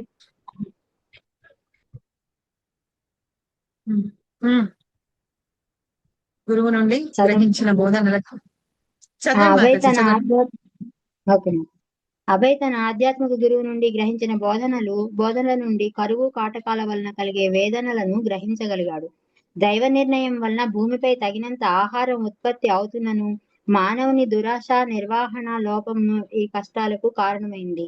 శ్రీల భక్తి సిద్ధాంత సరస్వతి ప్రపంచంలో దేనికిని కొరత లేదు, కేవలం కృష్ణ చైతన్యమే కొరత అని చెబుతుండేవారు. పూర్వం కంటేను ఇప్పుడు కావాల్సింది ఆధ్యాత్మిక దృష్టి మరియు అటువంటి కష్టాలకు ఔషధమైన దానిని అందించాలనే ఆరాటం అభయ్కు ఎక్కువైంది. ప్రపంచవ్యాప్తంగా యుద్ధాలతో విసిగిన ప్రజలకు కావలసిన అత్యంత ముఖ్యమైన సందేశం తన దగ్గర కలదని అభయ్ విశ్వసించాడు. కనుకనే ప్రపంచ సంక్షోభ విషయంలో తన గురువు వలె నిర్భయమైన పరిష్కారాలను తాను కూడా శాస్త్ర దృష్టితో సూచించుటకు ఒక పత్రికను ప్రారంభించాలనుకున్నాడు. మరియు వారిలో ఆలోచనలకు ఏమీ కొరత లేదు. కనుకనే వారు ఈ ప్రయోజనం కొరకే వ్యాపారంలో ధనం కూడబెట్టినది. బాగుంది కదా, అసలు చదువుతుంటే అట్లా వెళ్ళిపోవాలనిపిస్తుంది కదా. సో ఇట్లా ఏమైంది, సో అప్పుడు ఏంటంటే నిరాకరణ విధానం అంటే ఆంగ్లేయులు అప్పుడు సెకండ్ వరల్డ్ వార్ అవన్నీ కూడా వచ్చినాయి కదా. సో మనకి అప్పుడు ఏమైందంటే ఆహార పదార్థాలు అవన్నీ కూడా ఉండేవి కాదనమాట. అలా ఉన్నప్పుడు ఏంటంటే మన నౌకలు అవి వస్తున్నప్పుడు వాళ్ళు ఏం చేసేవాళ్ళు, సముద్రంలో ముంచేసేవాళ్ళు. ఈ బ్రిటిషర్స్ వాళ్ళు చేసిన దురాఘాతాలు ఎన్ని ఉన్నాయి కదా, మనం అందరం వాళ్ళకి వాళ్ళు చేసిన వాటికి ఎంతో బాధపడ్డాం. ఆ ఏమనుకోవద్దే, మొన్న క్లాస్ లో నేను ఏదో వింటూ ఉంటే చెప్తున్నారు, మనం అందరము వాళ్ళు చేసిన వాటన్నిటికీ మనందరం బాధలు పడ్డాం. అయినా సరే మనం వెళ్ళి వాళ్ళ దగ్గర పనులు చేస్తున్నాం కాదా. అందుకని మనకి ప్రభుపాద కూడా ఏం చెప్పారు అక్కడ, గాంధీ తాత ఏం చెప్పారు, వాళ్ళ యూనివర్సిటీలో వాటిని చదవద్దని చెప్పారు చూసారా. సో మనకి ఆహారం లేక కూడా అలమటించిపోతూ ఉండేవాళ్ళం. అప్పుడు ఏంటంటే మనకి బిజినెస్ చేసుకునే నావలు, ఓడలు అవన్నీ ఉంటుంది, వాటన్ని నిద్రల్లో ముంచేసేటప్పటికి అవన్నీ కూడా మళ్ళీ ఒకసారి ముంచేసి ఇది చేసిన తర్వాత మళ్ళీ మనం మళ్ళీ స్టార్ట్ చేయాలంటే చాలా కష్టం అవుతుంది. ఆ ఓడలు అవన్నిటిని కూడా కోల్పోయారనమాట. ఆ విధంగా ఉన్నప్పుడు ఏమైందట, బంగాల్లో 50 సంవత్సరాల్లో ఎప్పుడూ లేనంతగా కరువు అనేది వచ్చిందన్నమాట. ఆహార పదార్థాలకి కరువు వచ్చిందట. వచ్చినప్పుడు ప్రజలు ఎంత కష్టపడ్డారట చూసారా. దారికి ఇరువైపులా నుంచొని కిక్కిరిసిపోయేవాళ్ళట, వాళ్ళు భోజనం కోసం అని చెప్పి కిరిసిపోయారట. అందుకనే మన ఇష్టల ఏం చెప్తారు, ఉంది కదా స్లోగన్, ఫుడ్ ఫర్ లైఫ్ అని ఒకటి ఉంది కదా, చేయండి మనము ప్రసాదం కోసం అని చెప్పారు. అందుకనే చెప్తారు కదా, ఒకటే అక్షయ పాత్ర అనే చూసారా, అది దానిలో మనం డొనేట్ చేస్తూ ఉంటే కనుక వెళ్ళి అది ఏం చేస్తారు, గవర్నమెంట్ స్కూల్స్ లో వాటిల్లో మారుమూల గ్రామాల్లో ఉన్న వాళ్ళందరికీ కూడా భోజనం పొద్దున బ్రేక్ఫాస్ట్ టైంకి అందిస్తారు, తర్వాత ఇట్లా అందిస్తూ ఉంటారు. అలాగే అత్తపూర్లో మీరు చూస్తుంటే కనుక తెలుస్తుంది, వాళ్ళు ఇంత ఎండల్లో ఉంటూ కూడా వెళ్ళి రైల్వే స్టేషన్స్ దగ్గర, బస్ స్టాండ్ల దగ్గర అక్కడ అంత వాళ్ళు ప్రసాదాన్ని డిస్ట్రిబ్యూట్ చేస్తూ ఉంటారన్నమాట. సో ఇట్లాగా వాళ్ళందరికీ కూడా అంటే తిండి కోసం చాలా కష్టమైపోయేట కోసం. అప్పుడు వాళ్ళందరూ ఒకళ్ళకొకళ్ళు కొట్టుకునేట, అసలు వీధి కుక్కలు వచ్చి ఆ విస్తర్లు అవి తీసుకుంటుంటే వాటిని లాక్కొని తినడానికి కూడా చేస్తుంటే కళ్ళల్లో నీళ్ళు వస్తున్నాయి కదా, వాళ్ళతో పోట్లాడుకొని ఆహారం కోసం అట్లా ఉండి అవి చూసేటప్పటికి, కలకత్తా వీధుల్లో చూసేటప్పటికి అవి మామూలుగా నార్మల్ గా అయిపోయినాయట కొన్ని రోజులకి. అట్లాగా అవి చూసేప్పటికి ప్రభుపాదకి చాలా బాధ అనిపించింది.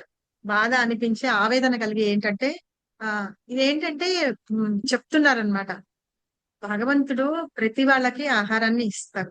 అలాగే ఈ పెద్ద ఏనుగులు ఉంటాయి, ఆ ఏనుగులకి మనం తిండి పెట్టలేం, కానీ భగవంతుడు వాటికి పెట్టగలుగుతారు అనమాట. అందుకని వాటికి ఆహారం దొరికే ప్లేసెస్ లోనే అవి ఉంటూ ఉంటాయి. సో అంతా ఉత్పత్తి అవుతోంది, అయినా సరే ఎందుకు మిగతా వాళ్ళకి ఫుడ్ దొరకకుండా ఉంటుంది అని అంటే వాళ్ళ దురాశ అన్నమాట. నాకు ఇది కాదు ఇంకా దాచుకోవాలని వెనక దాస్తూ ఉంటారు చూసారా, అదనమాట. అదే ఈ కష్టాలన్నిటికీ కారణం అవుతుంది అని చెప్పేసి ప్రభుపాదకి అర్థమైందనమాట. సో అందుకనే మనకి ఈశోపనిషత్తులో వాటిల్లో చెప్తూ ఉంటారు. అలాగే లెక్చర్ ఆఫ్ ఇన్స్ట్రక్షన్ లో కూడా ఒక చోట చెప్తారనమాట, పక్షులు ఒక అనాలజీ చెప్తారు. మనము ధాన్యం గిన్నె తీసుకెళ్లి ఒక బస్తాని పెట్టామనుకోండి, పక్షులట వాటికి కావాల్సింది తీసుకుని ముక్కుతోటి వెళ్ళిపోతాయి. కానీ మనం కళ్ళు తెరిచి చూసేటప్పటికి మనుషులైతే బస్తా తీసుకుని వెళ్ళిపోతారట. సో అది మానవుల యొక్క దురాశ అలా ఉంటుంది అని చెప్పేసి ప్రభుపాద చెప్తారు ఒక అనాలజీలో. సో ఇక్కడ ఏంటంటే ఈ కష్టాలన్నిటికీ కారణం కూడా మనుషుల యొక్క దురాశ అన్నమాట. అందుకనే ఇట్లా జరుగుతుంది అని గురువు ఏం చెప్పారు, భక్తి సిద్ధాంత సరస్వతి ఠాకూరు, ప్రపంచంలో భగవంతుడు సృష్టించిన ఈ ప్రపంచంలో ఎవ్వరికి ఏమీ కొరత ఉండదన్నమాట. ఈశోపనిషత్తులో కూడా అదే చెప్తారు. ఏం చెప్తారు, ఎవరికి ఎంత కావాలో అంత కోట భగవంతుడు నిర్ణయించేస్తాడు ముందే. ఇదిగో ఈ పద్మజకి ఇక్కడ పెట్టుకున్న ఇది ఉంది, అయితే ఇది ఉంది, ఇది కృష్ణకుమారికి ఈ స్థలము ఇవి ఏవైతే ఉన్నాయో అవి ఆవిడికి, అది ఆవిడ కోట అంతే. కానీ మనకి ఎట్లా ఉంటుందంటే నా దానికంటే ఆవిడదేమో చాలా బాగుంది, నాకు అది కావాలి, ఆ దురాశ అన్నమాట. మనకి ఎంతన్నా ఉండనియండి, పక్క వాళ్ళ దగ్గర చిన్న ఇది ఉన్నా సరే నాకు అది లేదు అని మనం బాధపడి అది కొట్టేసుకోవడానికి, దోచుకోవడానికి మనం ట్రై చేస్తూ ఉంటాం అన్నమాట. అది మానవుల యొక్క బుద్ధి. అలా చేయొద్దు అని చెప్పేసి ఈశోపనిషత్తులో చెప్తారు ఎవరు, మనకి గురుడు. సో అట్లాగే ఏంటంటే వాటన్నిటికీ మనం పడుతున్న కష్టాలన్నిటికీ కోసం ఇదే అన్నమాట. అది దేని మూలంగా జరుగుతుంది అంటే కృష్ణ చైతన్యం వాళ్ళల్లో లోపించింది అని. అంటే కృష్ణ చైతన్యం అంటే భగవంతుని మీద భక్తి కానీ ఆధ్యాత్మికత కానీ వాళ్ళకి లోపించింది అనమాట. అందుకనే ఇలా జరుగుతుంది అని చెప్పేసి, కాబట్టి వీళ్ళని ఇప్పుడు ఆధ్యాత్మికత దృష్టి వైపు తీసుకెళ్తామో అప్పుడు వీళ్ళు ఈ దురాశ ఇవన్నీ తగ్గుతాయి. వాళ్ళు ఎంతవరకు కావాలో అంతవరకు ఉంటారు, మిగతా వాళ్ళకి సహాయం కూడా చేస్తారు అనే ఉద్దేశం అన్నమాట. సో ఈ ఆధ్యాత్మిక దృష్టి అనేది ఏంటంటే ఇక్కడ జనాలు పడుతున్న వాళ్ళందరి కష్టాలకి ఒక మందు లాంటిది అనమాట. అదే హరే కృష్ణ మంత్రం మనము ఒక ఏం చెప్తాం, ఔషధం అని చెప్తాం. కులశేఖర్ ఆళ్వారు చెప్తారు కదా, తెలుసా? ఒక నిమిషం ఉండండి, అక్కడ పెట్టాను పుస్తకాలన్నీ తెస్తా. ఆ శ్లోకం ఉంది ఒకటి. సో ఇక్కడ అంతా ఏంటంటే ఆ ముఖ్యమైన సందేశం ఏదైతే ఉందో అది వీళ్ళందరికీ అందించాలన్నమాట. ఆ గురువు యొక్క ఆ విషయాలు ఏవేవైతే ఉన్నాయో తన భక్తి సిద్ధాంత సరస్వతి ఠాకూర్ అనుకున్నవి ఆ దాన్ని తీసుకొచ్చి వీళ్ళందరికీ అందించి వీళ్ళందరినీ కృష్ణ చైతన్యవంతులుగా చేస్తూ ఆధ్యాత్మిక దృష్టి వైపు సారిస్తూ ఉంటే గనక అది ఇందులో సరిపోతుంది అని చెప్పేసి అనుకున్నారు. అప్పుడు అనుకొని ఏం చేస్తానంటే ఒక పత్రిక స్టార్ట్ చేయాలి, నేను ఆ పత్రిక స్టార్ట్ చేయాలి. అలా చేస్తూ ప్రభుపాదకి ఆలోచనలకి ఏమీ ఇది లేదనమాట. కాకపోతే ఏంటంటే ధనం ఒక్కటే ప్రాబ్లం అయ్యేది. సో కాబట్టి ఏంటంటే ఆ వ్యాపారంలో వచ్చే ధనం ఏదైతే ఉందో ఆ ధనాన్ని కూడబెట్టుకొని ఆయన ఒక పత్రికని ప్రారంభించాలి అని అనుకున్నారట. నెక్స్ట్ వీక్ చదువుదాం ఇది, సరేనా?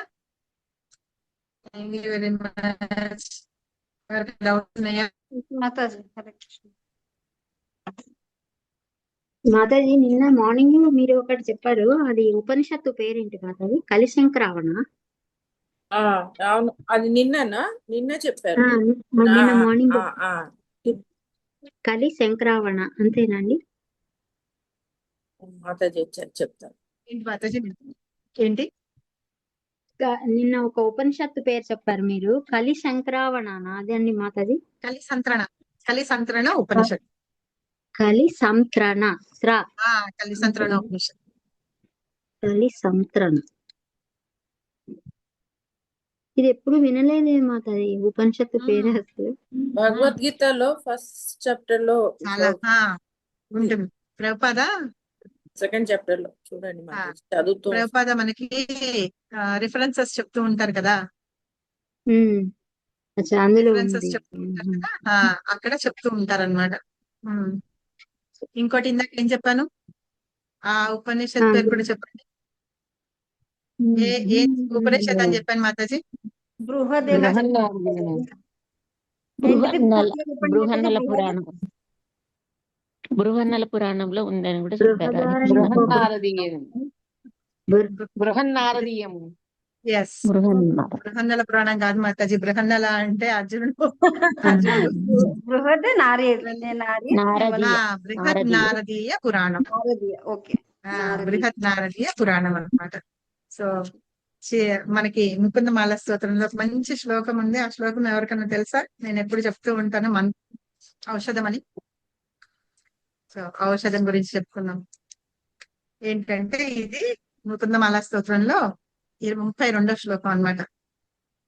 వ్యామోహ ప్రమసౌషధం ముని మనోవృత్తి ప్రవృత్యౌషధం రైత్యానాందికరౌషధం త్రిభువనే సంజీవనైకౌషధం భక్త్యాంతాహితౌషధం భవభయా ప్రధ్వంసనైకౌషధం శ్రేయ ప్రాప్తికరౌషధం పిబమన శ్రీకృష్ణ దివ్య ఔషధం. ఇంకా ఇందులో ఏం చెప్తారంటే వ్యామోహాన్ని అణిచేసేది, అణచడానికి కావాల్సిన ఔషధం ఏంటంటే ఔషధం అంట. ఏంటో ఔషధం వినండి. ముని మనోవృత్తి ప్రవృత్తి ఔషధం. మహామునులు వాళ్ళందరూ ఉన్నారు చూసారా, వాళ్ళందరికీ మనోవృత్తులని ప్రవర్తించడానికి చేసేటట్టుగా చేసే ఔషధంట. దైత్యార్థికర ఔషధం త్రిభువని అంటే దైత్య అంటే దితి సంతతి. దితి ఎవరు? అదితి. ఇద్దరున్నారు తెలుసు కదా. దితి దేవతల అదితి అసురుల కరెక్టేనా మాతాజీ? దితి అదితి కరెక్టేనా? దితి సంతతి వాళ్ళెవరు? ఇంద్రుడు వాళ్ళందరూ ఉన్నారు చూసారా, వాళ్ళందరి యొక్క ఆర్తిని అంతటిని కలగ చేసేది. అంటే వాళ్ళకు ఉన్న కష్టాలన్నిటినీ పోగొట్టు ఉంటుందట ఔషధం. ఏం ఔషధం? త్రిభువనే సంజీవనైకౌషధం. ఈ త్రిభువనాల్లో, ఈ 3 లోకాలన్నిటిలోనూ సంజీవని అంటే చనిపోయిన వారిని మళ్ళీ ప్రాణం పోసి రక్షించేది సంజీవని ఔషధం. ఆ ఔషధం అంట ఇది. ఏంటిదో ఔషధం? ఏకైక ఔషధం. అలా ప్రాణాలు పోయిన వాళ్ళని మళ్ళీ బ్రతికించే ఏకైక ఔషధం అంట అది. ఇంకా ఏంటి? భక్త్యాంతాహిత ఔషధం అంటే భక్తులకి అత్యంత హిత ఔషధం. హితం అంటే మంచిని చేకూరుస్తూ ఉంటుందట ఔషధం. భవ భయ ప్రధ్వంస నైకౌషధం. భవ అంటే సంసారం. ఈ భవ భయ అంటే ఈ భయంకరమైన సంసారంలో మనందరం ఉండి ఏమైపోతున్నా నశించిపోతుందంట. దాని నుంచి మనల్ని అందరినీ బయటపడేసిందట ఔషధం. అది ఏకైక ఔషధం ఒకటి. శ్రేయ ప్రాప్తికర ఔషధం. మనందరికి పరమ శ్రేయస్సు కలిగిస్తుందట. ప్రాప్తి అంటే పొందిస్తుందట. ఏంటది? ఔషధం. ఏంటి ఆ ఔషధం అంటే? పిబ అంటే ఏంటి? తాగండి. మన ఇదేంతోటి? మీ మనసుతోటి తాగండి. ఏంటిది ఆ ఔషధం అంటే? శ్రీకృష్ణ దివ్య ఔషధం. శ్రీకృష్ణుడు అనే నామం ఏదైతే ఉందో ఆ నామమే దివ్యమైన ఔషధంట.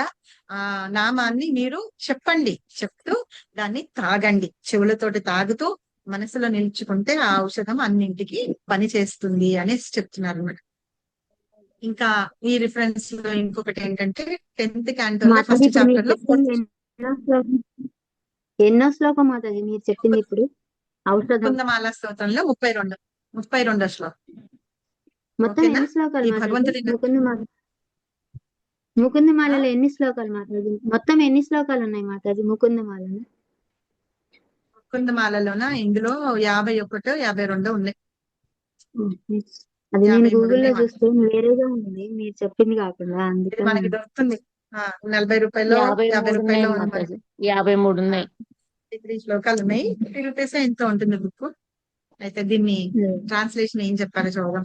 ఓ మనసా, దయచేసి కృష్ణుని మహిమ అనే దివ్యమైన ఔషధాన్ని పానం చెయ్యి.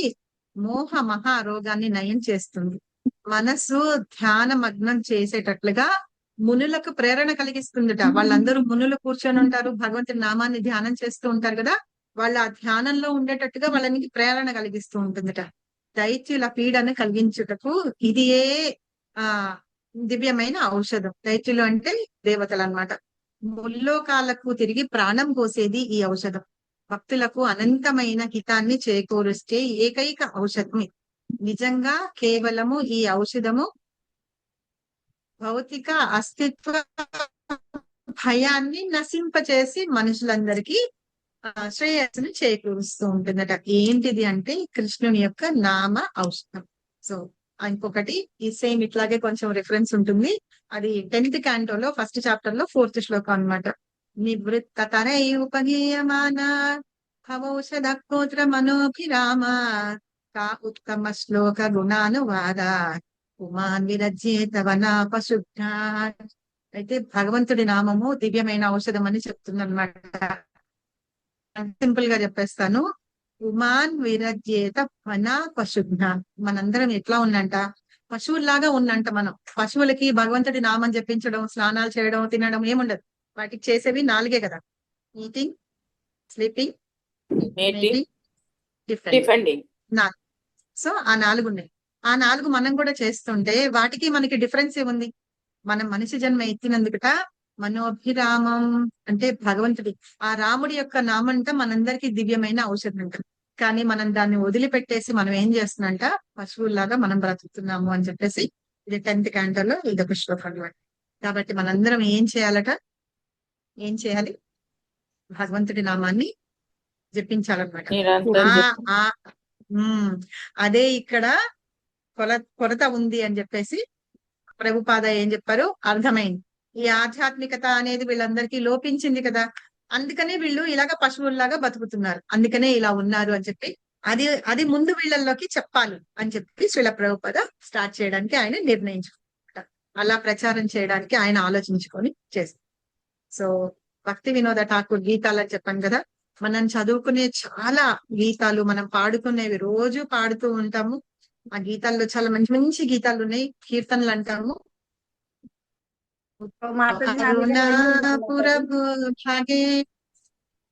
మాతాజీ నా బుక్ నేను కూడా బుక్ లో 2 రాసుకున్నాను. బులియా తుమారో మమ మన మందిర్. ఆ, అంటే నేను అయితే తెలుగువి ఉదయం మాటగా రాసుకుంటా కదా. భక్తి వినోద ఠాకూర్ గీతాలు చాలా ఉన్నాయి. వాటిల్లో ఉదయలో అరుణాపురభు భాగే అది చైతన్య మహాప్రభు అలా భక్త సమూహాన్ని తీసుకొని ఎలా వెళ్తున్నారు అని. ద్విజమణి గౌరామణి జాగే భక్త సమూహాలు వేలనగర బ్రాజే అంట. అంటే పొద్దున్నే ఊదిలా అంట ఆ ఉదయం కాకముందే వీళ్ళందరినీ భక్తులందరినీ తీసుకొని మహాప్రభు వెళ్తున్నారట. ఈ కీర్తన చాలా బాగుంటుంది. థై థాతై భజలో ఖోలో ఘన ఘన తాహే జాజేర రోలో ప్రేమే ఢలా ఢల సోనారంగా చారణాను పురభాజే. ఎలా ఉందట, తాతయ్య తాతయ్య అంటూ వాళ్ళు డోలు వాగిస్తూ ఉన్నారట. డోలు వాయిస్తారు కదా, అమృతంగం చేస్తూ ఉంటారు కదా. అయితే ఈ కర్తలు అవి మోగుతూ ఉన్నాయట. ప్రేమలో డోలల్లో ఊగిపోతూ డాన్స్ చేస్తున్నారట. ఎవరు? చైతన్య మహాప్రభు. సోనారంగే మహాప్రభు ఎలా ఉంటారు? బంగార కాంతిలో ఉంటారు అనమాట. ఆయన సోలార్ అంగ్ ఆ ప్రేమ దానిలో ఓలలాడుతూ ఉందట. పడుతూ చరణ నూపుర భాజే ఆయన కాళ్ళకి నూపుర అంటే ఆ పట్టీలు ఉంటాయి కదా, గజ్జలు లాంటివి, అవి మోగుతూ ఉన్నాయట. అలాగా పాడుతూ అలా డాన్స్ చేసుకుంటూ వీళ్ళందరినీ తీసుకొని వెళ్తూ ఉన్నారట. ఈ కీర్తన చెప్పేసుకుందాం. ముకుంద మాధవ యాదవ హరి బోలే నా బోలే రే వాదాన పోరి మిచే నిదాబసే గోలో రే రాతి దివస శారీర సాజే. అక్కడ గ్రామంలో ఉన్న ప్రజలందరినీ ఉద్దేశించి మహాప్రభు పాడుతున్నారట. మీరు ఇంకా రాత్రి అయిపోయింది, ఇంకా నిద్రిస్తూ ఉన్నారా? లేవండి లేవండి, తొందరగా లేచి రండి. అనవసరంగా సమయాన్నన్నిటినీ మీరు ఈ శరీరాన్ని ఏంటంటే అలంకరించుకోవడానికి వాటన్నిటికీ ఉపయోగించి మీరు టైం ని వేస్ట్ చేస్తున్నారు. ఇప్పుడన్నా పలకండి, ముకుంద మాధవ యాదవ హరి. ముకుంద మాధవ యాదవ హరి అనే దివ్య నామాల్ని మీరందరూ నోరారా జపిస్తూ మీరందరూ రండి అని పిలుస్తున్నారనమాట మహాప్రభు వాళ్ళందరూ. ఏ మన దుర్లభ మానవాది హో పాయిరో భావన కే హో ఏ బేనా భజిలే ఏ సోదా సూత చరమే పోరి బెలాజే. మనందరం చాలా అరుదుగా మానవ శరీరం లభిస్తుందట. ఎందుకంటే ఈ జంతువులు మిగతా జీవులు ఏవేవైతే ఉన్నాయో అవి నోట్లో మాట్లాడలేవు, భగవంతుడి నామాన్ని స్మరించలేవు. మనందరికీ చాలా అరుదైన మానవ శరీరం లభించింది. కాబట్టి ఏం చేయాలట, ఈ శరీరం మనకి లభించినందుకు ఆ అవకాశాన్ని మనం ఉపయోగించుకోవాలి. ఎలా ఉపయోగించుకోవాలట? భగవంతుడి నామాన్ని స్మరిస్తూ ఆయన నామం చెప్తూ ఉపయోగించుకోవాలట.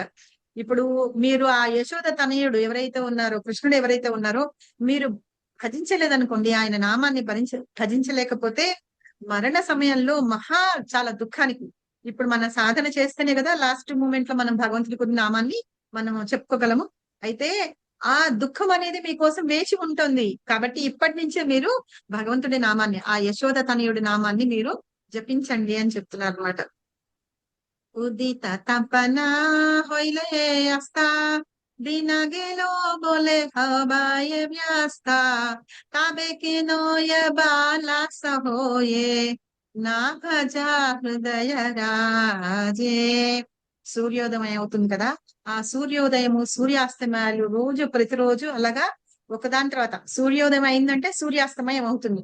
అలా అయి మళ్ళీ సూర్యోదయం అవుతుంది. అలా అవుతూ ఉంటుంది. కానీ ఆ ఉదయం కానీ ఆ అస్తమయం కానీ వేస్ట్ కాకూడదు. ఎందుకు అంటే మనం ఆ టైంని మనం అలా ఉపయోగించుకోవాలి. దేనికి? భగవంతుడి యొక్క ఆ నామాన్ని పలకడానికి మనం ఉపయోగించుకోవాలట. అలా చేసినప్పుడు ఏంటంటే మన హృదయం అనే సామ్రాజ్యంలో భగవంతుడు కూర్చొని ఉంటాడట. మనం ప్రత్యేకంగా భగవంతుడిని వెళ్ళి పూజించి అలా చేయాల్సిన అవసరం లేదట. మన హృదయ సామ్రాజ్యంలో భగవంతుడు అలా కూర్చొని ఉంటాడట. మీరు ఎందుకు అనవసరంగా టైం ని వేస్ట్ చేస్తున్నారు? మీరు ఆ యశోదానందనుడి నామాన్ని పలకండి అని చెప్తున్నారు అన్నమాట. జీవన నిత్య జన సరే তাহে নানাবিধ বিপদ ভারে নামাশ্রয়া করে যাতানে তুমি కాజే. మనకి జీవితము అశాశ్వతం అని తెలుసు అందరికి. ఎన్ని సంవత్సరాలు ఎవరు ఎప్పటి వరకు బతుకుంటారో ఏం తెలియదు. ఇది కూడా ఏంటంటే మనం చాలా దుఃఖాలతోటి మనం అనుభవిస్తూ ఉన్నాం. కానీ మనం ఏమనుకుంటున్నాము, మనం ఆనందంలో ఉన్నామని అనుకుంటానంట. కానీ అందులో యథార్థం ఏంటి అనేది మనం అర్థం చేసుకోవాలి. కాబట్టి ఇప్పటికైనా సావధానులై మీరేం చేస్తారు, భగవంతుడి నామాన్ని స్మరించండి, మీరు భగవంతుడిని ఆశ్రయించండి, 24 గంటలు ఆయన్ని సేవించండి అని. ఇదే మన సనాతన ధర్మం. ఆ ధర్మాన్ని పాటించండి అని చెప్తున్నారు అన్నమాట భక్తి వినోద ఠాకూర్. సరే. జీవరే కళ్యాణ సాధన కామా జగతే ఆసియే మాధుర నామా అవిద్యాది మిరరాపాన రూపే హృద్గగనే విరాజే. మామూలుగా ఏంటంటే కృష్ణుని నామము చాలా మధురమైన నామం. ఈ భౌతిక జగత్తులో అవతరించి కృష్ణుడు ఏంటంటే మనల్ని అందరినీ ఉద్ధరించడానికే ఆయన వచ్చి ఉన్నారు. అలాంటిది మనం చిన్నగా నామాన్ని జపించడానికి మనం కష్టపడిపోతున్నాం అన్నమాట. మన హృదయం అనే ఆకాశం అంట. ఈ ఆకాశంలో చీకటి నిండిపోయిందట. ఇందులో సూర్యుడు వచ్చి మన అజ్ఞాన అంధకారాన్ని తొలగిస్తారట ఎప్పుడు మనం ఆ కృష్ణుని నామాన్ని మనం పలుకుతూ ఉంటేట. కృష్ణ నామా సుధా కొరియా పనా జురావ భక్తి వినోద ప్రాణ నామ బినా కిచు నాహి కోఆరో 14 భువన మాఝే. ఆ కృష్ణ నామ అమృతాన్ని తాగుతూ ఈ భక్తి వినోద ఠాకూర్ ఆత్మ సంతృప్తి పంచండి. మీరందరూ కూడా పాడండి, నా ఆత్మని కూడా సంతృప్తి పంచండి. ఎప్పుడైతే మీరు పాడతారు చూసారా, అప్పుడు ఈ 14 భువన లోకాలన్నిట్లో కూడా భగవత్ నామాన్ని తప్ప వేరే ఇంకా ఎక్కడ ఏ ఆశ్రయము పొందలేరు ఎవరు కూడా. కాబట్టి మీరందరూ కూడా భగవంతుడి నామాన్ని పాడండి, ఆయన ఆశ్రయాన్ని పొందండి అని చెప్పేసి ఇక్కడ భక్తి వినోద ఠాకూర్ రాస్తారు అనమాట. సూపర్ అయిన కీర్తన. ఓకేనా. తర్వాత ఇంకా జీవు జాగో అదొకటి. మనం సాయంత్రం సంధ్య ఆరతి చేస్తాం, తెలుసా ఎవరికన్నా?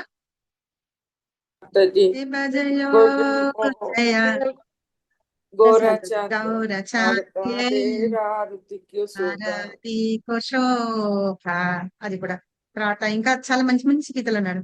భజ భాకత వత్సల శ్రీ గౌరహరి. ఇది ఎప్పుడు పాడతామంటే మనము భోగా చేసేటప్పుడు పాడతాం అన్నమాట. మధ్యాహ్నం 12:30కి భోగా ఆఫర్ చేస్తారు చూసారా, అప్పుడు పాడతారు. చాలా మంచి సాంగ్. నెక్స్ట్ వీక్ పాడతాను నేను, సోమవారం రోజు. ఇది భజ భక్తల వత్సల శ్రీ గౌరహరి. ఇది కూడా ఆయన రాసిందే. ఇంకా ఏంటంటే మనం ప్రసాదం తీసుకునేటప్పుడు ఏం పాట అన్నారు? భజ భక్త వత్సల శ్రీ గౌరహరి అని అన్ని మన ఇస్కాన్ టెంపుల్స్ లో ఆ కీర్తనం మధ్యాహ్నం పూట అదే భోగా ఆఫర్ చేసేటప్పుడు ఉంటుంది. తర్వాత మనం భక్తి వినోద్ ఠాకూర్ రాసింది. ఇంకొకటి మన మెయిన్ ప్రసాదం సేవనం అప్పుడు చెప్తాము.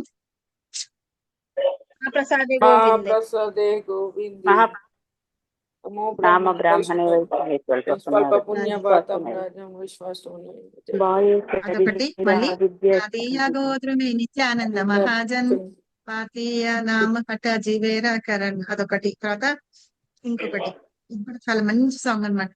గాయ గౌర మధుర స్మరే హరే కృష్ణ కృష్ణ కృష్ణ హరే హరే అదొకటి. ఇంకా ఇంకొకటి పాడతాం కదా, రాధా మాధవ కుంజ బిహారీ, తెలుసు కదా. జయ గోపీ జన